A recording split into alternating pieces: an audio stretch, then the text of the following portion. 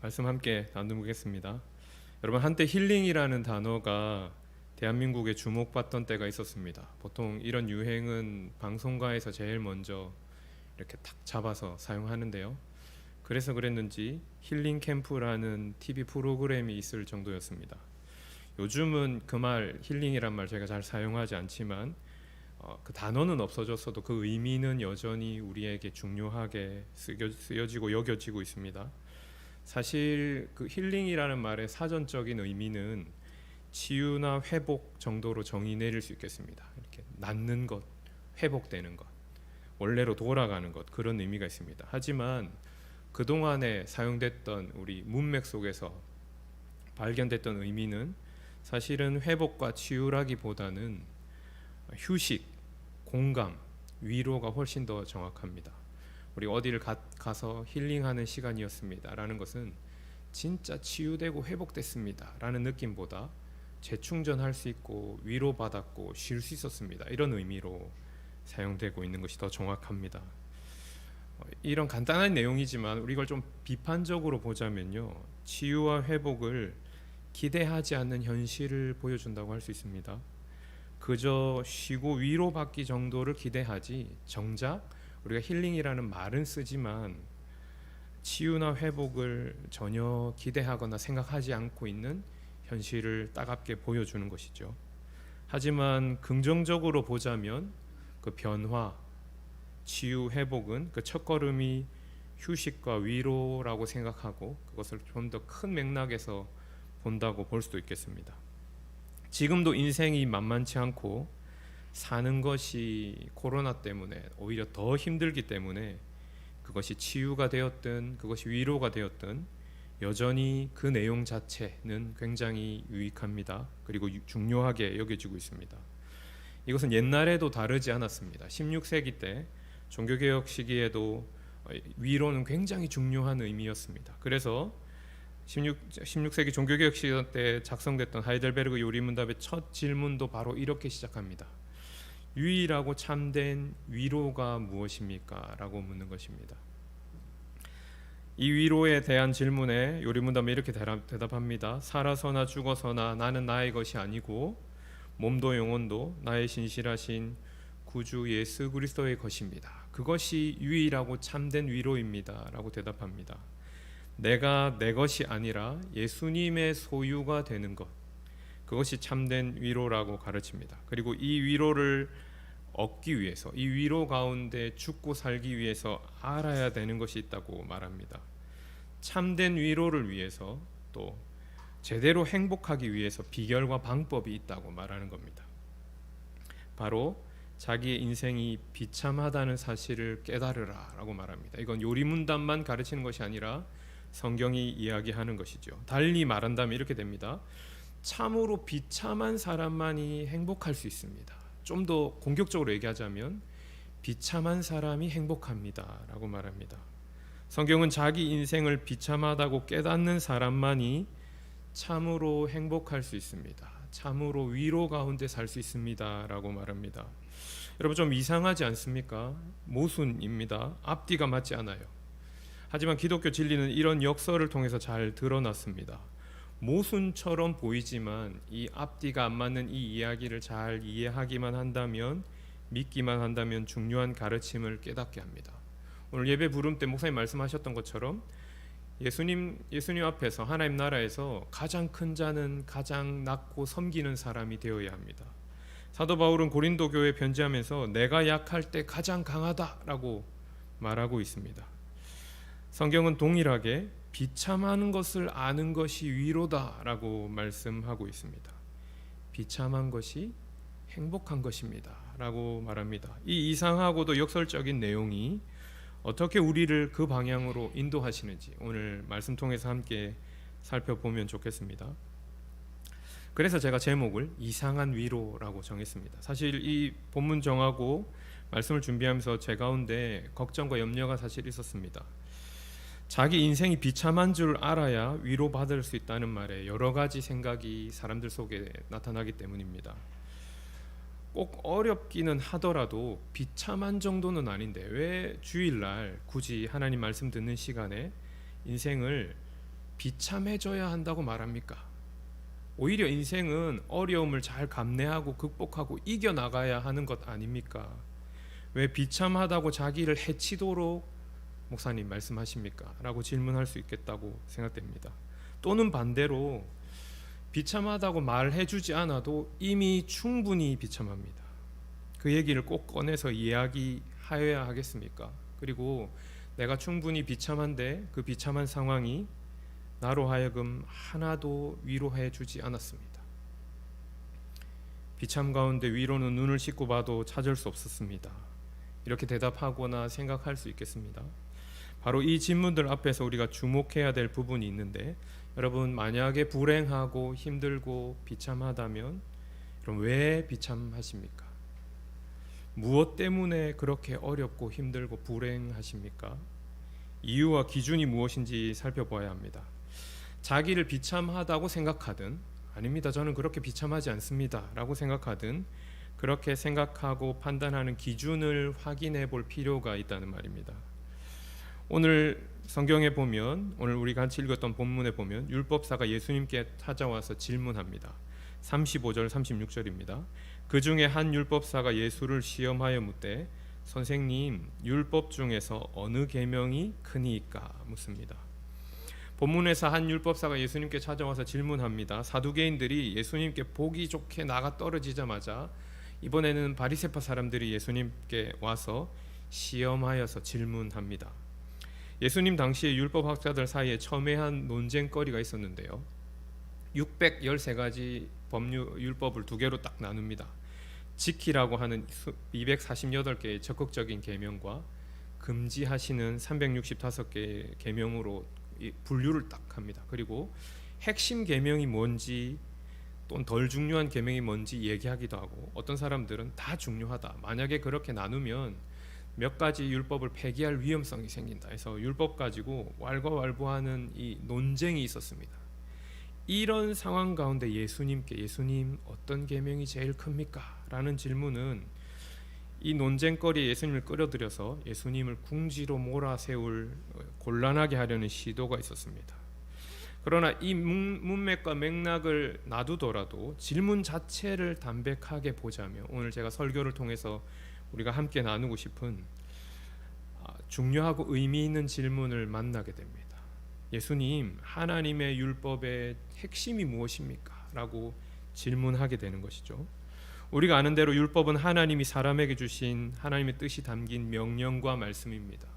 하나님의 법 안에서 우리는 인생의 삶과 가치관의 기준을 찾고 생활의 법칙을 발견합니다.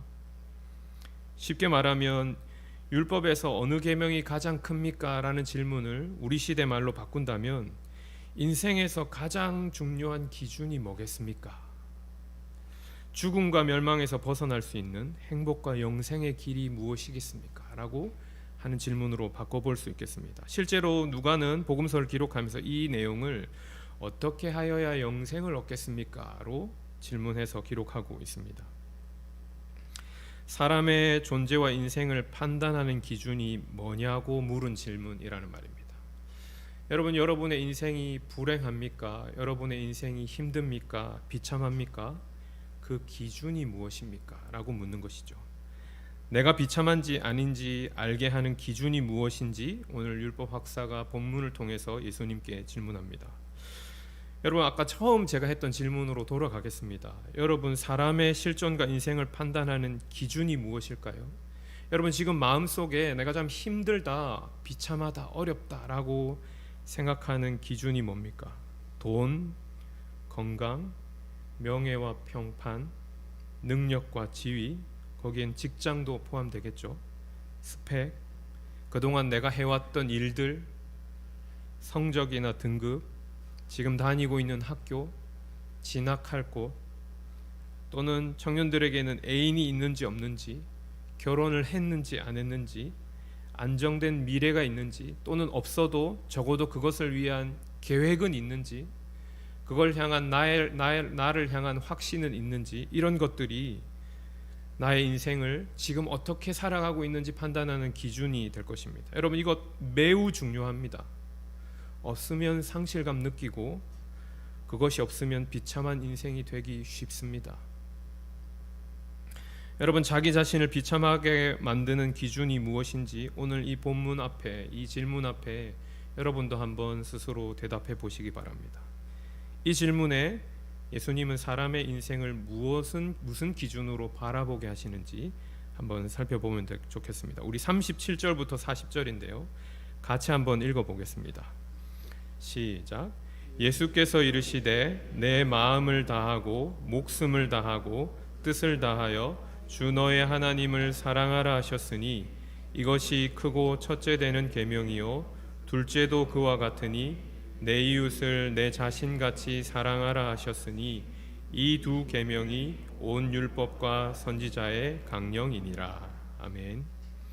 예수님은 인생을 판단하는 기준, 오늘 마태복음 본문의 문맥을 따르면 율법의 정신과 핵심이 무엇인지 가르쳐 주십니다. 무엇입니까? 사랑입니다. 사랑. 특별히 하나님 사랑과 이웃 사랑이라고 말씀해 주십니다. 우리가 잘 아는 말씀입니다. 심지어는요, 우리가 어느 정도는 자신 있다고 생각하는 경우도 있습니다. 완전하진 않지만 우리 나름대로 하나님 미워하지는 않지 않습니까? 그리고 부족하지만 우리의 수준대로 이웃을 위하는 삶을 살고 있다고 생각합니다. 그리고 실제로 개인 가운데, 가정 속에서 또 우리 교회가 그런 만한 이야기거리가 실제 존재하기도 합니다. 그럼 예수님이 말씀하시는 하나님 사랑, 이웃 사랑은 무엇일까요? 오늘 잠깐 살펴보겠습니다. 먼저 하나님을 사랑하되 마음을 다하고 목숨을 다하고 뜻을 다하여 사랑하라 하십니다. 마음, 목숨, 뜻에 각각의 특별한 의미가 있다기보다 이건 우리 마음에서 일어난 진실한 사랑, 우리가 잘 아는 대로 그것을 말합니다. 게다가 이것은요, 온 마음을 다하는 사랑을 말합니다. 분산 투자하는 것 말하지 않습니다. 마음 한 켠은 하나님께 두고 다른 한 켠은 다른 것에 두는 것 말하지 않지요. 하나님에 대한 우리의 마음과 신뢰를 다른 것과 나누지 않는 것을 의미합니다. 여러분, 그토록 하나님께 질타당했던 선지자들로부터 공격받고 비판당했고 회개하도록 돌이킴받았던 북이스라엘과 유다 백성의 문제도 하나님을 버리고 바알을 섬긴 것이 아니라 여호와도 섬기고 바알도 함께 섬겼던 문제였습니다. 이것은 감정의 문제만 아닙니다. 경외와 헌신과 순종의 문제입니다. 창조주시면서 구원자이신 하나님을 알고 깨닫는 것, 그리고 그 하나님을 삶의 질서 속에서 실제로 반영하고 순종하는 것 말합니다. 누구신지 알고 그 말씀에 순종하는 것이죠. 하나님 자기 백성에게 마음과 목숨과 뜻을 다하여 사랑하라는 말은 하나님과의 특별한 관계, 하나님 누구신지 알고 순종하여 붙쫓으라는 것 말합니다. 우리가 아는 대로 사랑은 기꺼이 드리는 것도 포함합니다. 억눌려서 당위로 가치롭기 때문에, 그것이 맞기 때문에 끌려가는 것, 우리가 잘 아는데 그건 마음에서 우러난 사랑이라 할 수 없습니다. 사랑에 책임과 의무가 있지만 만약에 그것만 우리의 마음 속에, 우리의 삶 속에 있다면 그것은 뜻과 의지일지는 몰라도 마음을 다한 사랑이라 하기는 어렵겠죠. 이웃 사랑은 어떻게 말씀하십니까? 이웃을 사랑하되 자신을 사랑하는 것 같이 사랑하라 말씀하십니다. 이웃에게 유익이 되는 것, 이웃을 행복하게 하는 것, 이웃을 완성하는 것을 마음의 동기와 목표로 생각하고 행동하라는 말씀입니다. 상대가 가지고 있는 눈에 보이는 가능성, 그가 가지고 있는 가치 여부를 개의치 않고 그를 사랑하는 것이죠. 저 사람 좀 도와주면 잘 될 것 같으니까 도와주는 것, 그건 사랑이라 말하지 않습니다. 사람이 자기 자신을 제대로 살게 하도록 자연스럽게 가장 중요한 것 하듯이 이웃을 대하는 겁니다. 여러분, 마치 이렇게 하는 것과 똑같습니다. 사람이 배고프면 어떻게 합니까? 밥 먹습니다. 피곤하면 몸을 보호하고 약 먹고 잠을 잡니다. 이 일을 수고롭거나 힘들게 생각하는 사람은 아무도 없습니다. 그리고 그건 죄악도 아닙니다. 마치 자기를 돌보고 사랑하고 지키는 것처럼 이웃도 그렇게 사랑하는 것을 말합니다. 더 나아가서 영원한 생명과 가장 가치로운 것을 자기에게 주려고 신앙으로 노력하는 것처럼 이웃도 사랑하는 것입니다. 39절에 둘째도 그와 같다는 말씀은요, 하나님 사랑과 이웃 사랑이 하나라는 뜻이고 하나님과 이웃 사랑이 동시에 중요하고 서로 연결되어 있다는 것을 보여주십니다. 마치 이것과 같습니다. 하나님 사랑과 이웃 사랑은 동전의 양면과 같이 하나입니다. 물론 구분됩니다. 앞면과 뒷면은 존재하지만 이것을 떼서는 생각할 수 없습니다. 뒷면을 아무리 깎아도 뒷면은 여전히 존재하는 것처럼 두 가지가 하나로 되어 있습니다. 하나님을 사랑하는 사람은 이웃을 사랑하는 사람일 수밖에 없다는 것입니다.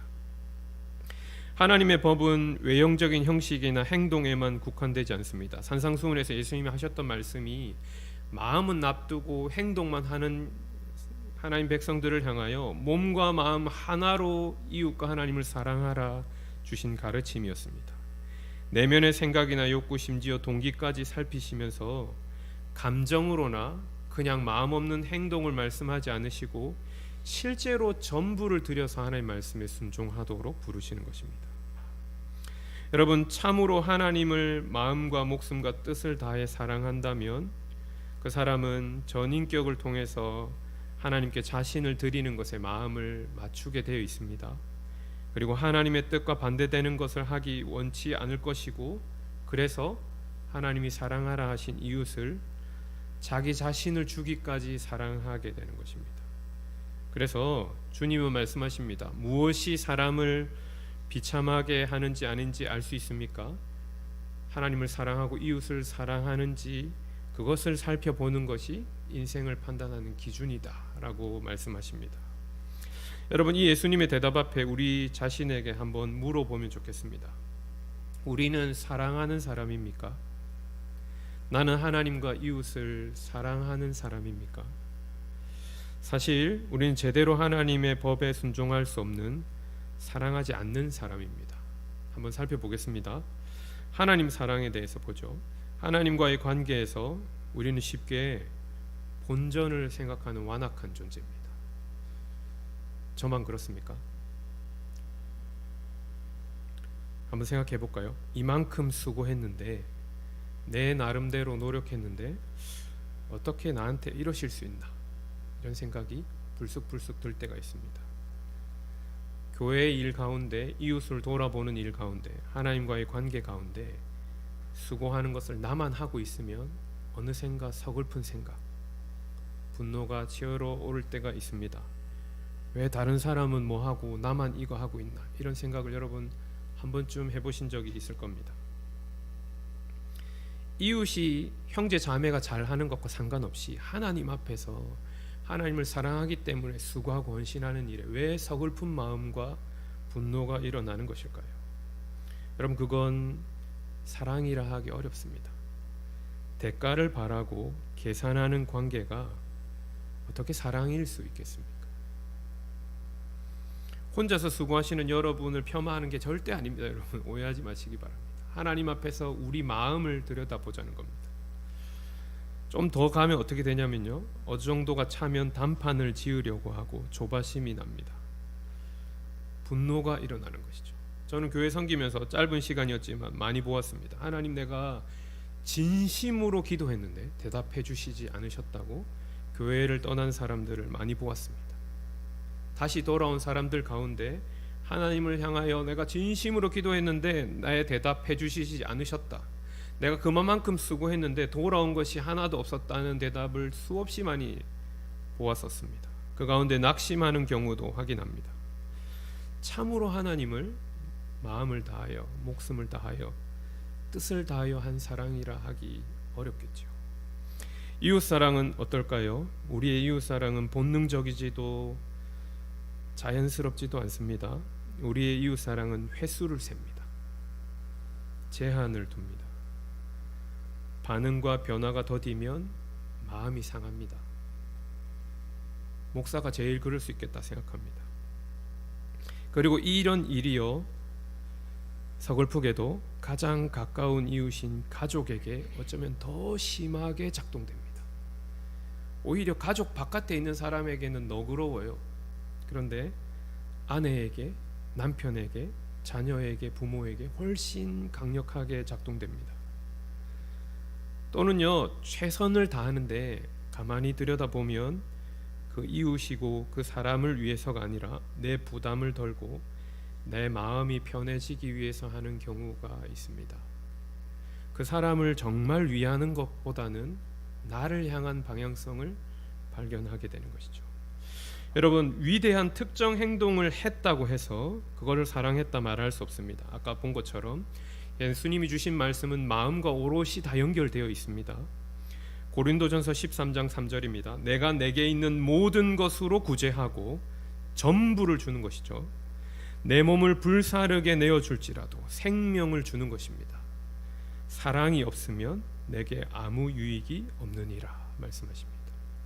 특정한 방향의 계명을 끝까지 순종했다고 그것이 우리를 위대한 사람, 사랑의 사람으로 만들어주지 않는다는 말입니다. 여러분, 진심이었다 하더라도 하나님과 상관없으면 그것도 참 사랑이 아닙니다. 누가복음 9장 48절 그들에게 이르시되 누구든지 내 이름으로 어린 아이를 영접하라 말씀하십니다. 여러분, 가장 소름 끼치는 부분은 무엇인지 아십니까? 하나님과 이웃을 향한 가장 위대한 희생과 헌신, 하나님 영광을 위해서, 하나님 말씀을 위해서 쫓아갔던 그 방향과 우리의 인생도 한순간에 자기의 의로 탈바꿈할 수 있다는 사실입니다.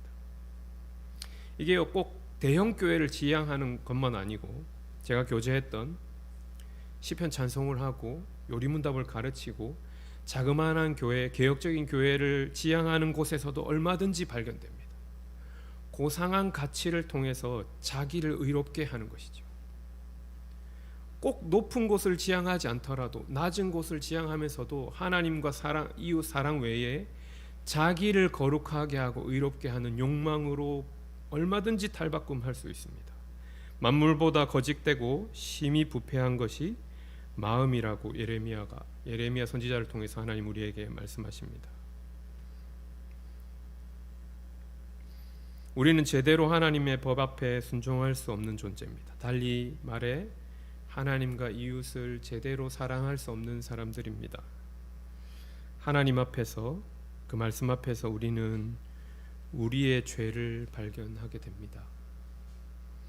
여러분, 우리가 했던 노력, 우리가 했던 사랑이 무가치하다거나 사랑이 아니라는 것이 아니라 그 완전하신 하나님의 사랑 앞에, 하나님 앞에 우리의 사랑이 사랑 아니었음이 발견된다는 말입니다.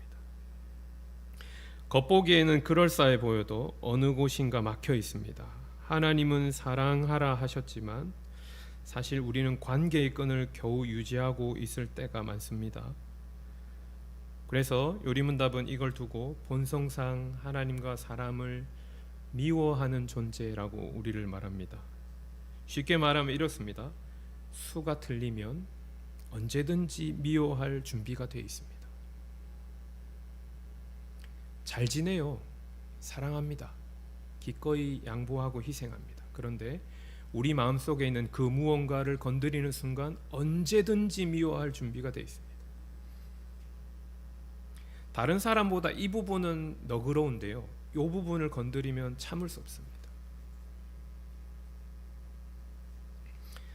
하나님과 이웃을 사랑하지 못하는 사람은 제대로 잘 살 수 없습니다. 하나님과 이웃과의 관계가 단절되고 분리되기 때문입니다. 성경은 이를 두고 비참한 인생이라고 말합니다. 하나님과 관계가 끊어진 것, 그래서 생기는 여러 가지 문제를 말합니다. 하나님과의 관계가 끊어지니 자신과 이웃을 망가뜨리고 관계가 깨어집니다.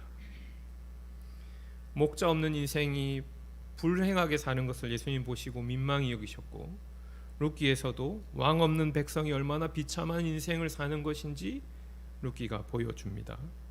돈이 없는 것보다 서로를 사랑하지 못하기 때문에 비참한 인생이고, 불투명한 미래가 아니라 깨어진 신뢰와 끊어진 관계가 사람을 비참하게 만듭니다.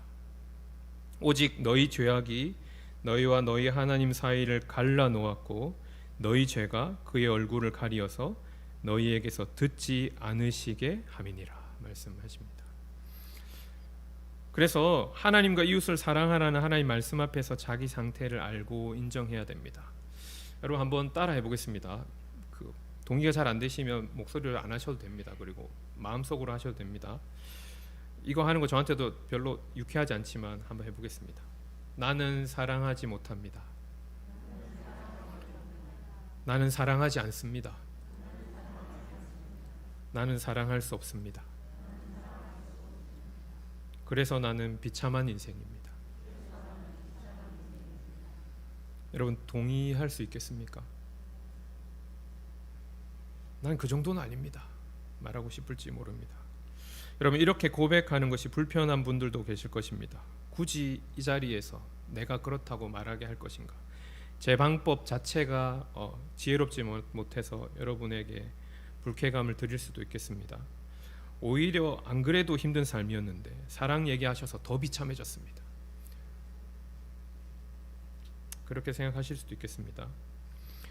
어떻게 자신의 사랑 없음이 그래서 비참한 것을 인정하는 것이 위로가 될까요?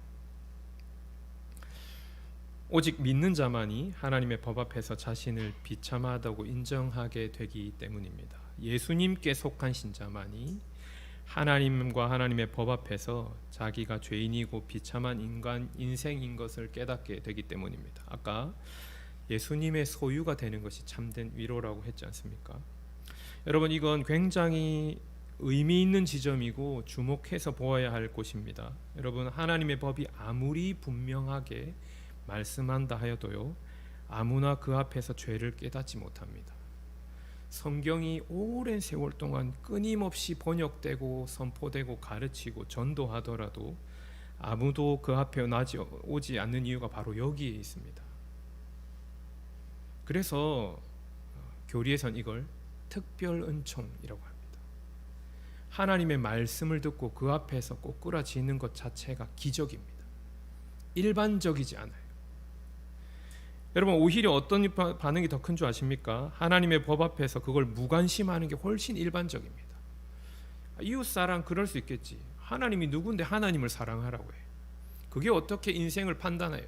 관심 없습니다. 오히려 비웃습니다. 그렇게 하지 않는 자기를 자랑하는 데까지 갑니다. 여러분 시편 보십시오. 하나님의 법을 무시하고 외치는 악인들이 자랑하는 것이 순간순간 등장합니다. 하지만 반면에 예수님께 속한 신자는 죄의 결과로 경험된 비참을 절감하게 되어 있습니다. 그래서 죄에 대한 지식이 그를 비참한 것으로 끌고 가는 것을 경험합니다. 하나님과의 관계가 끊어졌던 것이 나 자신을 파괴하고 이웃과의 관계까지 망가뜨려가는 것을 절실히 깨닫는 경험이 있습니다. 물론 신앙의 연수가 짧고 인생의 연수가 짧을수록 잘 못 경험할 수는 있지만 믿음 안에 살아가면 살아갈수록 신자는 알게 됩니다. 하나님과의 관계가 끊어진 것이 다른 것을 망가뜨리는 것 알게 됩니다. 그래서 뭐합니까? 애통하고 슬퍼하게 되는 것입니다. 그들이 이 말을 듣고 마음에 찔려 베드로와 다른 사도들에게 물어 이르되 형제들아 우리가 어찌할꼬 하거늘 하게 되는 것입니다. 하나님 앞에서 자기의 비참을 깨닫는 것입니다.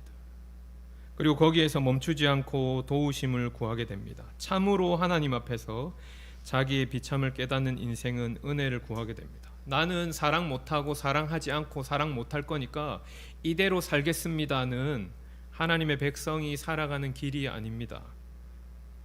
참으로 하나님 앞에서 비참을 깨달은 인생이 염치불구하고 주님 앞에 고꾸라져 엎드려지게 됩니다. 여러분 그것이 잘 드러나는 장면이 저는 마태복음 15장에 나오는 가나안 여인의 절규라고 생각합니다. 예수님이 두로와 시돈 지방을 제자들과 함께 걸어가십니다. 그런데 웬 가나안 여인이 예수님 따라옵니다. 비명과 같은 소리를 지릅니다. 주 다윗의 자손이여 나를 불쌍히 여기소서 내 딸이 흉악하게 귀신 들렸습니다. 여러분 저는 이렇게 담백하게 읽었지만 귀신 들린 그것도 흉악하게 귀신 들린 딸을 가진 어미의 심정으로 예수님을 쫓아가면서 부르짖는 소리가 어땠을까요? 우리가 아는 예수님 어떤 분입니까? 약하고 깨어진 사람 돌아보시는 분입니다. 그런데 마태복음 15장에 등장하는 예수님은 우리가 알던 분하고 다릅니다. 생소합니다. 예수님이 한 말씀도 대답하지 않으십니다. 무시하고 계속 가십니다. 어느 정도냐면 제자들이 예수님께 달라붙어서 얘기할 정도입니다. 예수님 좀 보내십시오. 고쳐서 보내든 쫓아 보내든 좀 보내십시오. 저렇게 소리 지르면서 따라오는데 이거 어떻게 계속 이렇게 가실 겁니까? 예수님 대답하지 않으세요. 예수님 여자한테 말씀하시지 않으시고 제자들에게 얘기하십니다. 내가 이스라엘의 집에 어린 양에게만 부름받았다 말씀하십니다. 무시하시죠. 여자가 이야기를 뒤따라오면서 들었나 봅니다. 주님 앞에 엎드려 외칩니다. 주님 나를 도와주십시오. 외칩니다. 여러분 여기에서 나온 예수님의 대답이요 우리의 귀를 의심하게 합니다. 자녀의 상에서 떡을 취해서 개한테 주는 것이 맞지 않다 얘기하십니다. 여러분 한번 생각해 보십시오. 만약에 우리가 이런 상황이었으면 어떻게 했겠습니까? 우리야 지금 예수님이 누구신지 알고 예수님께만 대답이 있는 것을 알기 때문에 그런데 여러분 우리가 생각했던 이 비참한 인생과 형편을 깨닫지 못하고 예수님만이 대답이신 것, 예수님만이 해결이신 것을 깨닫지 못하고 알지 못하는 상황에서 내가 도움을 찾고자 왔는데 나를 도와달라고 그렇게 간청한 그가 나를 외면하고 무시하고 모욕한다면 어떻게 하겠습니까? 집어 던지고 가겠죠. 여자가 예수님의 말씀 앞에 간청합니다. 주여 올소이다마는 개들도 제 주인의 상에서 떨어지는 부스러기를 먹습니다 말합니다. 예수님이 여자여 네 믿음이 크다 네 소원대로 될지어다 말씀하십니다. 예수님 왜 이렇게 얘기하셨는지 이 부분은 다음에 우리가 정리할 수 있고 보겠지만 이 본문이 보여주시는 것 다른 한편은 저는 이걸 보고 싶습니다. 비참한 자기의 인생을 절실히 깨닫고 예수님께 매어 달리는 심령이 얻는 위로와 축복이 이 가나안 여인의 이야기 중에 발견됩니다. 그가 예수님 앞에서 자기가 비참한 것을 알고 주님을 매어 붙들 때 주님이 그를 외면하지 않으셨어요. 자기 백성을 향해서 주로 사역하러 오신 분이 두로와 시돈 가운데 다윗의 자손이여 주님을 붙드는 가나안 여인을 사랑으로 받아주십니다. 심령이 가난한 자는 복이 있나니 천국이 저희들 것이며 애통하는 자는 복이 있나니 저희가 위로를 받을 것이다 말씀하십니다. 여러분 그래서요 사랑 없는 자신의 비참을 깨닫는 것이 위로의 방편이 됩니다. 그것을 인정하고 예수님 앞에 설 때에 우리는 세상이 줄 수 없는 주님의 사랑을 마주하게 됩니다. 나는 필요 없습니다.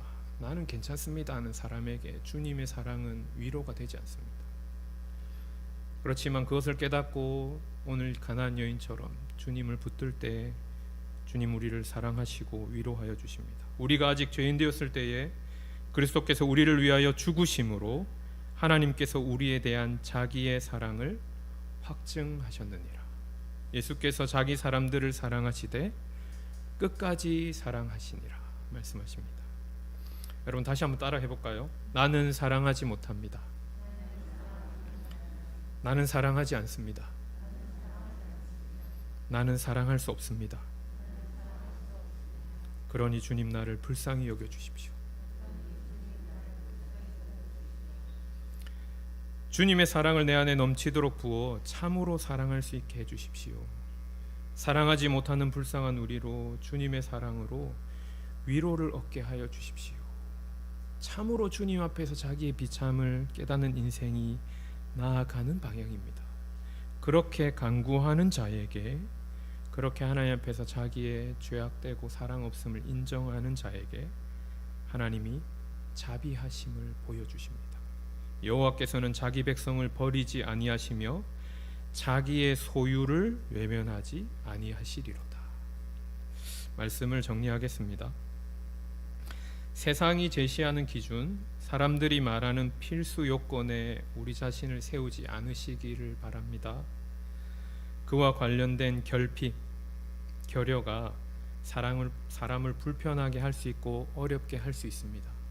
하지만 그것이 사람의 영혼과 인생을 영원히 비참하게는 할 수 없습니다. 사랑하는 성도 여러분, 사람 앞에서가 아니라 오직 하나님 앞에서 비루한 자신을 발견하게 되는 은혜가 있기를 바랍니다. 하나님의 말씀 앞에서 사랑 없는 자신을 발견하고 자기의 비참함을 인정하시기 바랍니다. 예수님이 세상이 줄 수도 알 수도 없는 사랑으로 우리를 위로하여 주시고 평안으로 품어 주실 것입니다. 그리하여 우리로 하여금 거기서 멈추지 않고 참으로 하나님과 이웃을 사랑하는 행복한 사람, 그런 사람으로 살게 하여 주실 것입니다. 제가 PPT에 말씀 하나 띄웠는데 이 말씀 같이 읽고 제가 설교를 마무리하겠습니다. 같이 한번 읽어보겠습니다. 시작. 우리 주 예수 그리스도와 우리를 사랑하시고 영원한 위로와 좋은 소망을 은혜로 주신 하나님 우리 아버지께서 너희 마음을 위로하시고 모든 선한 일과 말에 굳건하게 하시기를 원하노라. 아멘. 하나만 더 넘겨주십시오. 예배를 마치고 우리 가족들끼리 같이 얘기할 때 최근 나를 힘들게 하거나 불행했던 일이 무엇인지 한번 나눠보시기 바랍니다. 그것이 정말 우리를 비참하게 하는 것인지 생각해보고 하나님의 말씀에 순종하여 하나님과 이웃을 참으로 사랑하기 어려운 일이 무엇인지 그걸 같이 솔직하게 나누고 그렇게 순종할 수 있도록 같이 기도하고 용기 내보는 시간 되시면 좋겠습니다.